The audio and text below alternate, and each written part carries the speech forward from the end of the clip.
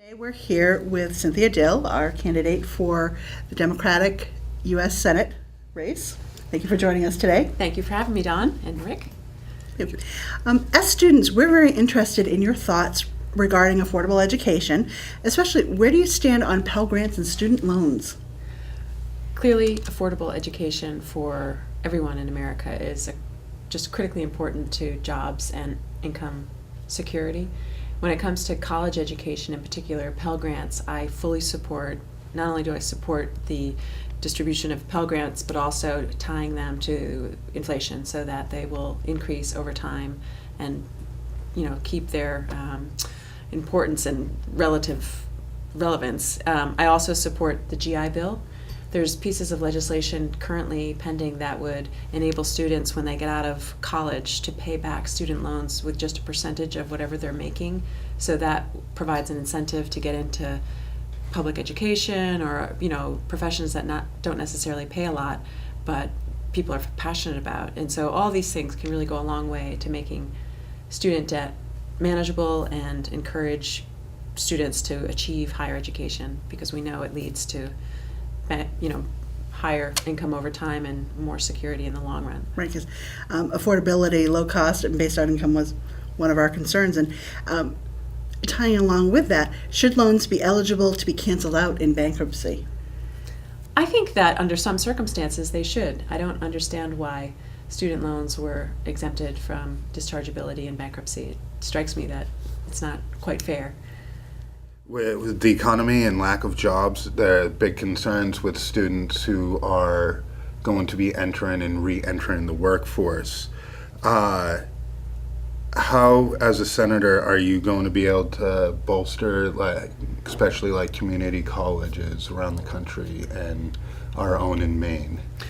Well, we need to kind of reprioritize things down in Washington. Clearly, we're concerned with the debt and the deficit that's before us, but I think by taking smart course of action that includes reforming our tax code so that super wealthy people and big corporations pay their fair share, as well as reducing some unnecessary spending, will free up revenue that should be directed towards adequately funding quality education from early childhood through adult education, and also just building infrastructure projects. We have crumbling bridges, crumbling roads, we need transportation. All of these things combined provide students with long-term viability. There's jobs on the horizon, there's education to equip them with the tools they need to fill the jobs, and that, in my view, is what has to be done immediately.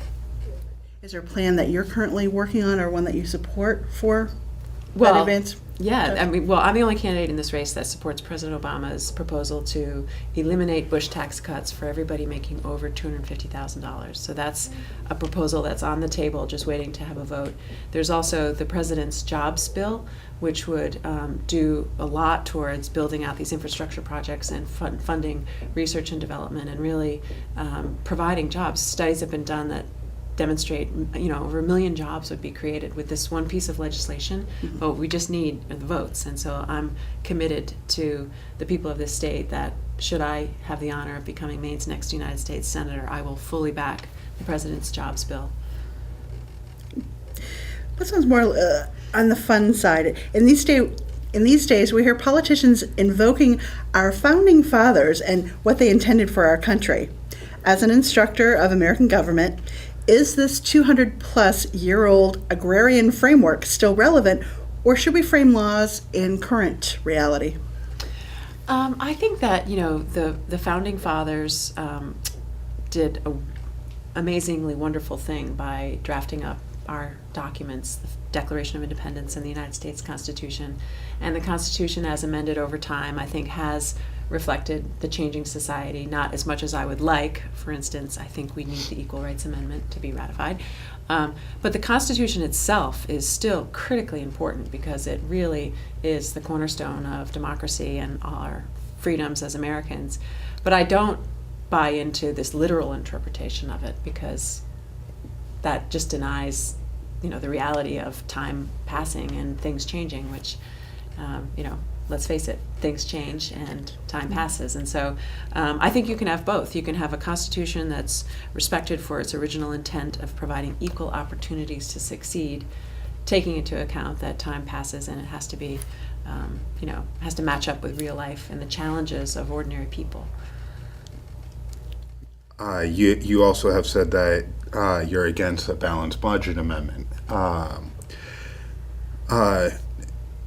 Are there other plans besides the ones that you already mentioned that not only help the economy but also help reduce deficit and future budgets along the way? Sure. I mean, I should state clearly that I'm all for balancing a budget, and I think it's Congress's job to, in fact, balance budget. And as a state legislator, I presided over votes that reduced state spending for many years, and I voted to support balanced budgets.